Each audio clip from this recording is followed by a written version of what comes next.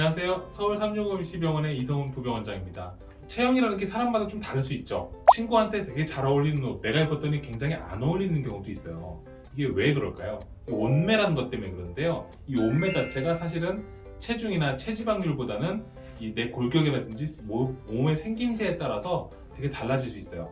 단순히 우리가 체중을 감량만 하는 걸로는 사실 이런 모양 자체의 변화는 별로 없을 수 있기 때문에 이런 거에 대해서 우리가 한번 알아보도록 할게요. 이런 체형의 구분은 사이즈의 개념은 아니에요. 따라서 상체와 하체의 균형에 의해서 저희가 구분해 보도록 할게요. 우리가 생각하기에는 사이즈가 작은 게 무조건 이쁘다고 생각할 수 있지만 실제로는 그것과 달라요. 왼쪽이 사진이 원본이고 오른쪽이 실제로 골반 사이즈만 좀 줄여놓은 건데요. 사이즈는 오른쪽이 작아 보이지만 실제 제가 봤을 때는 왼쪽이 더 이뻐 보여요. 실제 사이즈만으로 우리가 아름다움을 결정할 수는 없다는 겁니다. 그렇다면 상반신의 기준은 무엇이냐? 어깨 넓이라든지 가슴 둘레가 상반신의 기준이 됩니다. 하반신의 기준은 엉덩이 둘레가 돼요. 신체 유형을 분류하는 거는 근데 사실 우리가 이게 정확하게 무슨 과학적으로 딱 결정해갖고 이건 이거야 저건 저거야 라고 얘기하는 건 아니니까 어느 정도 테두리 내에서 우리 이해하시면 좋을 것 같아요. 첫 번째로 볼 부분은 역삼각형 체형입니다. 상체가 하체보다 발달된 분들한테 우리가 이런 체형이라고 얘기를 드려요. 한국 여성분들에게서 비교적 흔하게 볼 수 있는 체형이고요. 허리선을 기준으로 상반신이 크고 넓어 보이고 허리가 굵고 짧은 체형이에요. 그래서 상대적으로 다리가 길어 보입니다. 좀 활동적인 이미지라고 볼 수도 있어요. 두 번째로 보실 분들은 삼각형 체형. 삼각형 체형은 아무래도 우리가 하체 비만처럼 보이는데 위가 작고 아래가 이렇게 큰 요런 모양이거든요. 그래서 이런 모양을 닮았다고 해서 서양 배영이라고도 합니다. 주로 이제 한국 사람들 중에서는 젊은 층에서 볼 수 있고요. 사실 동양 사람보다는 서양 사람들한테 흔하게 볼 수 있는 체형이라고 보시면 돼요. 좁은 어깨와 넓은 엉덩이를 특징으로 합니다. 자, 상반신이 작고 등이 좁고 허리가 가늘고 길어요. 그래서 다리는 좀 짧아 보이는 체형이기도 해요. 하체로 갈수록 점점 넓어지는 체형입니다. 자, 세 번째로 보실 분들은 이제 직사각형 체형. 이거는 이제 상반신과 하반신 자체의 밸런스가 어느 정도 맞아 있지만 허리 자체도 완만한 타입이에요. 이런 경우는 폭 자체가 거의 같기 때문에 상체에서 딱히 곡선이 느껴지진 않아요. 전반적으로 마르고 골격이 발달되지 않은 경우들이 많습니다. 마른 체형 같은 경우에는 이제 모델 체형 같기도 하죠. 그래서 실제로 균형 자체는 좋기 때문에 어떻게 코디를 하느냐에 따라서 굉장히 스타일리시하게 보일 수도 있어서 마른 분들 중에는 모델형 체형이 굉장히 많은 타입이기도 해요. 네 번째로 보는 게 보통 이제 우리가 얘기하는 모래시계형 체형. 이거는 상체와 하체의 균형감 자체는 좋고 허리가 되게 잘록한 타입이라고 보시면 돼요. 곡선미가 있는 여성스러운 느낌의 체형이고요. 보통 우리가 흔하게 얘기하는 나올 때 나오고 들어갈 때 들어간 체형이라고 해서 이상적인 체형이라고도 볼 수 있죠. 마지막으로 보실 게 이제 둥근형 체형입니다. 이거는 이제 복부 자체가 좀 중심이 되는 체형인데 등과 팔이 크고 둥글고 가슴과 몸통, 허리, 복부, 엉덩이가 발달돼서 보통 신체에 살이 좀 많아 보이는 체형이에요.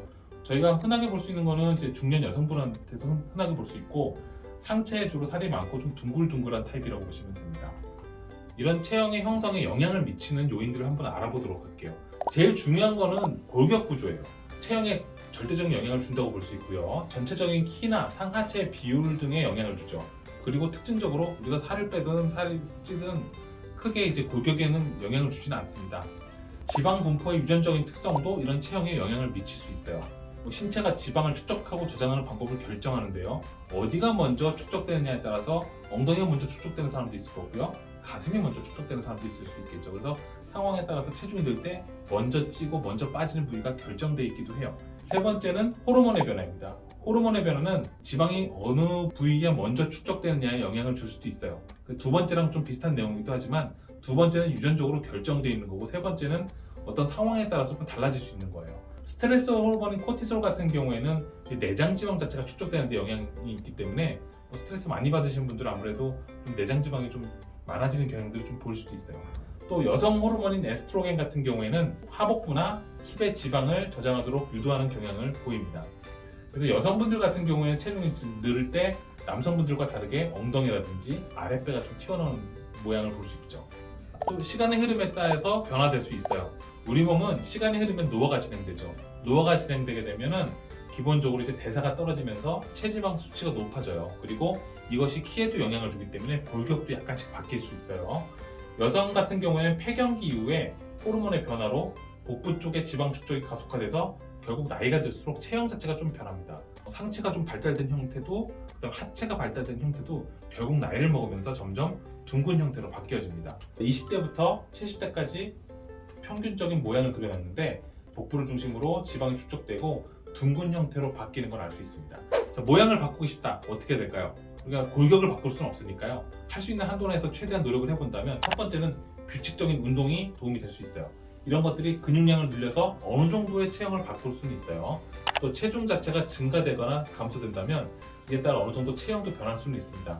하지만 문제는 이런 방법이 전반적인 뼈 구조라든지 어떤 우리가 신체가 지방을 저장하는 방식 자체를 바꿀 수는 없기 때문에 결국은 한계가 있다는 걸 좀 알고 계셔야 됩니다. 자, 그 외에도 우리가 지방의 흡입이나 이식을 통해서도 체형 자체를 조금 바꿔볼 수는 있어요. 부분적으로 축적된 지방 자체를 우리가 어느 정도 빼게 되면은 지방 분포의 밸런스를 바꿀 수 있기 때문에 이런 것들이 체형의 문제를 어느 정도 극복할 수는 있습니다. 그러나 지방 흡입은 숨겨져 있던 본인의 체형을 찾아주는 거고 무에서 유를 창조한 건 아니기 때문에 이것도 한계가 있는 거는 좀 알고 계셔야 됩니다. 결국 이제 한 가지로만 되진 않고요. 지방 흡입뿐만 아니라 체중을 감량시키든지 또는 꾸준한 운동을 같이 병행하는 것이 가장 현실적인 방법이 될 수 있어요. 지금까지 말씀드린 거를 이게 결론을 내게 되면요, 크게 세 가지 정도로 저희가 정리를 해볼 수 있죠. 첫 번째는 체형 자체는 유전적인 요인이 크다는 겁니다. 자, 두 번째로는 이런 체형 우리가 5가지 정도로 크게 나눌 수 있다.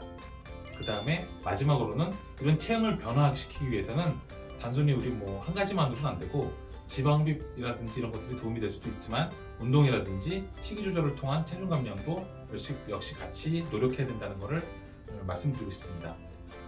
네, 지금까지 여성분들의 기본적인 체형에 대해서 저희가 한번 확인해 봤고요. 저는 서울 365MC 병원 이성훈입니다. 감사합니다.